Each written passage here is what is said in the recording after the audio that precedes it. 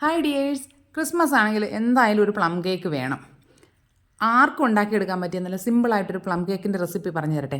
അതും dry fruits ഒക്കെ soak ചെയ്ത് വെച്ചിട്ട്. ഇനി ഡ്രൈ ഫ്രൂട്ട്സ് സോക്കിങ്ങോ എന്ന് ചിന്തിക്കേണ്ട, വളരെ കുറച്ച് ദിവസങ്ങൾ കൊണ്ട് നമുക്കത് ചെയ്തെടുക്കാൻ പറ്റും. ആൽക്കഹോൾ യൂസ് ചെയ്യാത്ത പ്ലം കേക്കാണേ. എന്താണെന്ന് കണ്ടാലോ? നമുക്ക് ആദ്യം വേണ്ടത് 2 ഓറഞ്ചാണ്. അതിനെ നന്നായിട്ട് വാഷ് ചെയ്തതിന് ശേഷം ചെറുതായിട്ട് അതിനെ ഒന്ന് പീൽ ചെയ്തെടുക്കുക. അതിൻ്റെ തൊലി വൈറ്റ് പോർഷൻ വരാണ്ട് ചെറുതായിട്ട് ചെറിയ ഗ്രേറ്ററിൽ വെച്ചിട്ട് ഒന്ന് പീൽ ചെയ്തെടുക്കാവുന്നതാണ്. 4 ടീസ്പൂണോളമൊക്കെ മതി കേട്ടോ. ഇനി നമുക്ക് ആ ഓറഞ്ചിനെ ഒന്ന് പിഴിഞ്ഞെടുക്കാവുന്നതാണ്. മിക്സിയിലൊന്നും ഇട്ട് അടിച്ചെടുക്കരുത്. കൈ കൊണ്ട് നന്നായിട്ട് പിഴിഞ്ഞ് ഒരു 2-3 തവണയായിട്ട് പിഴിഞ്ഞെടുത്ത് ഏകദേശം 1 കപ്പോളം ജ്യൂസ് വേണം. ഇനി നമുക്ക് കുറച്ച് ഡ്രൈ ഫ്രൂട്ട്സ് എടുക്കാം. ഞാനിപ്പോൾ ഒരു 4 ഡേറ്റ്സ് എടുത്തിട്ടുണ്ട്. കുറച്ച് ചെറി ഉണ്ട്, ബ്ലൂബെറി ഉണ്ട്, പിന്നെ എന്തോ 2 ബെറി ഉണ്ട്. അതിൻ്റെ പേരെനിക്കറിയില്ല കേട്ടോ. നിങ്ങളുടെ കയ്യിൽ ഏതാണുള്ളതെന്ന് വെച്ചാൽ അതെടുക്കാവുന്നതാണ്. പിന്നെ മസ്റ്റായിട്ട് വേണ്ട സാധനം കറുത്ത മുന്തിരിയാണേ. അത് കുരുവില്ലാത്ത കറുത്ത മുന്തിരി എടുക്കണം. പിന്നെ വെളുത്ത മുന്തിരിയും വേണം. ഇത് രണ്ടും നന്നായിട്ട് വാഷ് ചെയ്തിട്ട് വേണം എടുക്കാനായിട്ട്. പിന്നെ ട്യൂട്ടി ഫ്രൂട്ടി. ഇതിപ്പോൾ 3 കളർ ട്യൂട്ടി ഫ്രൂട്ടി ഉണ്ട്. നിങ്ങളുടെ ഇഷ്ടത്തിനനുസരിച്ച് ചേർക്കാവുന്നതാണ്. ഇനി നമ്മുടെ ഡ്രൈ ഫ്രൂട്ട്സ് എല്ലാം കട്ട് ചെയ്ത് വെച്ചതിനെ മിക്സ് ചെയ്ത് മാറ്റി വയ്ക്കാവുന്നതാണ്. നിങ്ങൾക്ക് എത്രത്തോളം ഡ്രൈ ഫ്രൂട്ട്സ് വേണോ അതിനനുസരിച്ച് ചേർക്കാവുന്നതാണേ. ഇനി ഒരു പാൻ അടുപ്പിലേക്ക് വെച്ച് കൊടുക്കുക. അതിലേക്ക് ഓറഞ്ച് ജ്യൂസ് ഒഴിച്ചു കൊടുക്കുക.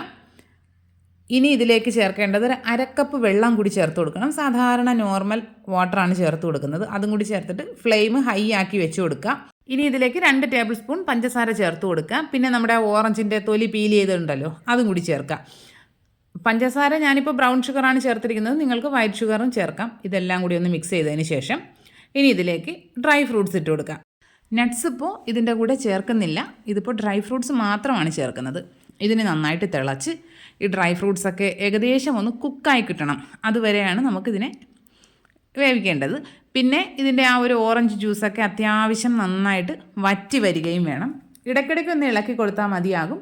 അതിനെ ഒരു മീഡിയം ഫ്ലെയിമിലാക്കിയിട്ട് അവിടെ വെച്ചേക്കുക. ഇപ്പോൾ നമ്മുടെ ഓറഞ്ചിൻ്റെ ജ്യൂസെല്ലാം ഏകദേശം ഒന്ന് വറ്റി വന്നിട്ടുണ്ട്. ഒരുപാട് അങ്ങ് ഡ്രൈ ആക്കി എടുക്കരുത്. കുറച്ച് ജ്യൂസ് അതിലിരുന്നോട്ടെ. അത് ചൂടാറി വരുമ്പോൾ കുറച്ചുകൂടി ഒന്ന് തിക്കായി കിട്ടും. ഇനിയാണ് നമുക്ക് വേറൊരു ട്രിക്ക് ചെയ്യേണ്ടത്. അതിനായിട്ടൊരു ബൗളിലേക്ക് 1 ടേബിൾ സ്പൂൺ ചെറു ചൂടുവെള്ളം എടുക്കുക. അതിലേക്ക് 2 നുള്ള് പഞ്ചസാര നമ്മുടെ കയ്യിലിങ്ങനെ നുള്ളി എടുത്തിടുക. പിന്നെ അതിനെ ഒന്ന് മിക്സ് ചെയ്ത് പഞ്ചസാര മെൽറ്റാക്കുക. ഇനി ഇതിലേക്ക് ഇൻസ്റ്റൻറ്റ് ഡ്രൈ ഈസ്റ്റാണ് ചേർക്കാനുള്ളത്. അത് 1/4 ടീസ്പൂണിൻ്റെ പകുതിയുടെ പകുതി, അതായത് 1/16 സ്പൂൺ, ഒരു നുള്ള് അത് മതിയാകും. അത് ചേർത്ത് മിക്സ് ചെയ്യുക, അടച്ചു വയ്ക്കാം. അതൊരു 10 മിനിറ്റ് കഴിയുമ്പോൾ നന്നായിട്ട് അതൊന്ന് പൊങ്ങി വരും. അപ്പോഴേക്ക് നമ്മുടെ ഡ്രൈ ഫ്രൂട്ട്സ് സോക്ക് ചെയ്തത് നന്നായിട്ട് തണുത്തിട്ടുണ്ടാവണം. നന്നായിട്ട് തണുത്തു എന്ന് ഉറപ്പാക്കിയതിന് ശേഷം മാത്രമേ നമ്മുടെ ഈസ്റ്റിൻ്റെ മിക്സ് അതിലേക്ക് ഒഴിച്ചു കൊടുക്കാവൂ. അത് ഒഴിച്ചു കൊടുത്ത് നന്നായിട്ട് മിക്സ് ചെയ്തെടുക്കാം. മിക്സ് ചെയ്തതിന് ശേഷം നമുക്കിതിനെ ഒരു ഗ്ലാസ് ജാറിലേക്ക് മാറ്റി വയ്ക്കാം. ഇനി ഇതിനെ 3 ദിവസം നമുക്ക് സൂക്ഷിച്ച് വയ്ക്കാം. ഇതിപ്പോൾ ഞാനൊരു വൈകുന്നേരം 6 മണി സമയത്താണ് ഇതിനെ ഇങ്ങനെ ചെയ്ത് വെക്കുന്നത്. അപ്പോൾ പിറ്റേ ദിവസവും 6 മണിക്ക് ഇതിനെ എടുത്ത് മിക്സ് ചെയ്യണം. അതിൻ്റെ പിറ്റേ ദിവസവും 6 മണിയാകുമ്പോൾ ഇതിനെ ഒന്ന് നന്നായിട്ട് മിക്സ് ചെയ്ത് വെക്കണം. എന്നിട്ട് 3-ാമത്തെ ദിവസം നമുക്കിതിനെ കേക്ക് ഉണ്ടാക്കാനായിട്ട് തുടങ്ങാം. നല്ല ടേസ്റ്റാണ് കേട്ടോ ഇത് കഴിക്കാൻ. അതുകൊണ്ട് കുട്ടികളൊക്കെ ഉണ്ടെങ്കിൽ ഇത് ഒളിപ്പിച്ച് വെക്കുന്നതായിരിക്കും നല്ലത്. ഞാനിത് അലമാരിയിൽ വെച്ച് പൂട്ടിയിട്ടുണ്ടായിരുന്നേ. ഇതാ ഇപ്പോൾ നമ്മുടെ സോക്ക് ചെയ്ത ഫ്രൂട്ട്സ് അടിപൊളിയായിട്ട് ഇരിപ്പുണ്ട്. ഇനി നമുക്ക് കേക്ക് ഉണ്ടാക്കാൻ തുടങ്ങാം. അതിനായിട്ട് നല്ല അടി കട്ടിയുള്ളൊരു പാനിലേക്ക് 1/2 കപ്പ് പഞ്ചസാര ചേർത്ത് കൊടുക്കുന്നുണ്ട്. നിങ്ങൾക്ക് ബ്രൗൺ ഷുഗറോ വൈറ്റ് ഷുഗറോ ഏതാണെന്ന് വെച്ചാൽ യൂസ് ചെയ്യാവുന്നതാണ്. അത് ഒന്ന് ക്യാരമൽ ചെയ്തെടുക്കാം.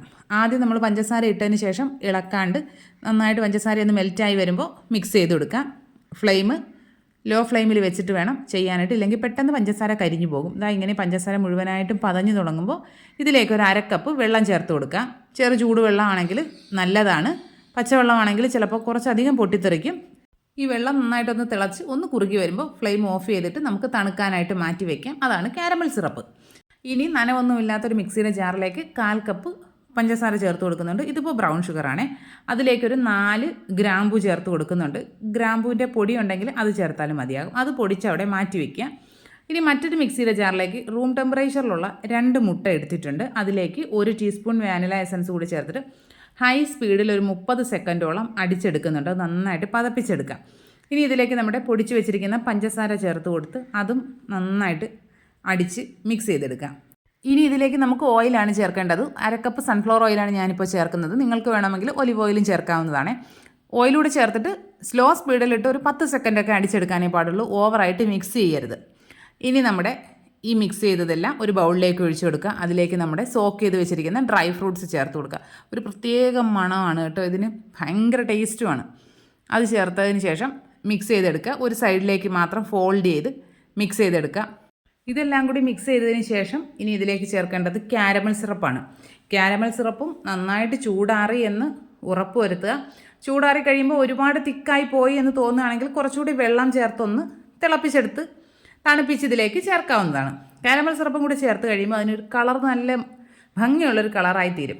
ഇനി ഇതിലേക്ക് നമുക്ക് ഡ്രൈ ഇൻഗ്രീഡിയൻസ് ചേർക്കാം. ഒരു അരിപ്പ വെച്ച് കൊടുത്ത് അതിലേക്ക് 1 കപ്പ് മൈദ ചേർക്കുന്നുണ്ട്, 1 teaspoon baking powder, 1/4 teaspoon baking soda, ഒരു നുള്ളു ഉപ്പ് കൂടി ചേർത്ത് കൊടുക്കുക. അതുകൂടി ചേർത്തിട്ട് ഇതിലേക്ക് അരിച്ച് ചേർത്ത് കൊടുക്കാം. മുഴുവനായിട്ട് ഒരു തവണ തന്നെ അരിച്ച് ചേർക്കണ്ട, പകുതി ചേർത്തിട്ട് ഇതിനെ ഒന്ന് ഫോൾഡ് ചെയ്ത് മിക്സ് ചെയ്തെടുക്കുക.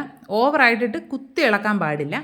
ആദ്യം ചേർത്തത് മിക്സായി എന്ന് ഉറപ്പാക്കിയതിന് ശേഷം രണ്ടാമത്തെ ബാച്ച് കൂടി അതിലേക്ക് ചേർത്ത് മിക്സ് ചെയ്തെടുക്കുക. ഞാനിപ്പോൾ ഇതിൽ നല്ല സ്പീഡിലാണ് കേട്ടോ കാണിക്കുന്നത്, അതുകൊണ്ടാണ് അങ്ങനെ തോന്നുന്നത്. സ്പീഡിൽ മിക്സ് ചെയ്യാനേ പാടില്ല, സ്ലോലി ചെയ്യണം. ഇനി ഒരു 5 കാഷ്യൂസും 5 ബദാമും കൂടി ചെറുതായിട്ടൊന്ന് ക്രഷ് ചെയ്ത് ഇതിലേക്ക് ചേർക്കുന്നുണ്ട്. നിങ്ങളുടെ കയ്യിലുള്ള നട്ട്സ് ഏതാണെന്ന് വെച്ചാൽ അത് ചേർത്ത് കൊടുക്കുക. ഇതാ നമ്മുടെ ബാറ്റർ റെഡി ആയിട്ടുണ്ട്. ഞാനൊരു കേക്ക് ടിൻ സെറ്റാക്കി വെച്ചിട്ടുണ്ട്. അതിലേക്ക് ഒരു ബട്ടർ പേപ്പറൊക്കെ ഇട്ട് ഓയിലൊക്കെ സ്പ്രെഡ് ചെയ്ത് വെച്ചിട്ടുണ്ട്. 6 ഇഞ്ചിൻ്റെ ഒരു റൗണ്ടിൻ്റെ ട്രേ ആണ് വെച്ചിരിക്കുന്നത്. അതിലേക്ക് നമ്മുടെ ബാറ്റർ മുഴുവനായിട്ട് ഒഴിച്ചു കൊടുക്കുക. എന്നിട്ട് ചെറുതായിട്ടൊന്ന് ടാപ്പ് ചെയ്ത് കൊടുക്കുക. പിന്നെ ഒരു സ്ക്യൂറോ എന്തെങ്കിലും വെച്ചിട്ട് നന്നായിട്ട് അതിൽ എയർ ബബിൾസൊക്കെ ഒന്ന് കളഞ്ഞെടുക്കുക. ഇനി ഇതിലേക്ക് മുകളിൽ കുറച്ച് കാഷ്യൂസ് ഒന്ന് ക്രഷ് ചെയ്ത് ഇട്ട് കൊടുക്കുന്നുണ്ട്. പിന്നെ നമ്മുടെ പ്ലം കേക്കിലെ താരം കറുത്ത മുന്തിരി കൂടി ചേർത്ത് കൊടുത്തിട്ട് പ്രീ ഹീറ്റ് ചെയ്ത് വെച്ചിരിക്കുന്ന പാത്രത്തിലേക്ക് ഇറക്കി വെച്ച് കൊടുക്കുന്നുണ്ട്. മീഡിയം ഫ്ലെയിമിൽ 45 മിനിറ്റ്സ് ആയപ്പോഴാണ് എനിക്ക് കേക്ക് കുക്കായി കിട്ടിയത്. കേക്ക് കുക്ക് ചെയ്യാൻ എടുക്കുന്ന പാത്രത്തിനും അടുപ്പിൻ്റെ ചൂടിനും ഒക്കെ അനുസരിച്ച് ചിലപ്പോൾ സമയം ഒന്ന് അങ്ങോട്ടോ ഇങ്ങോട്ടോ ഒക്കെ ആകും. എന്തായാലും ഒരു 30-35 മിനിറ്റ് കഴിയാണ്ട് തുറന്ന് നോക്കാനേ പാടില്ല. ഒരു സ്ക്യൂർ വെച്ച് കുത്തി നോക്കിയപ്പോൾ അതിലൊന്നും പറ്റിപ്പിടിച്ചിട്ടില്ല. നന്നായിട്ട് ചൂടാറിയതിന് ശേഷം നമുക്കിതിനെ ഡീമോൾഡ് ചെയ്തെടുക്കാവുന്നതാണ്.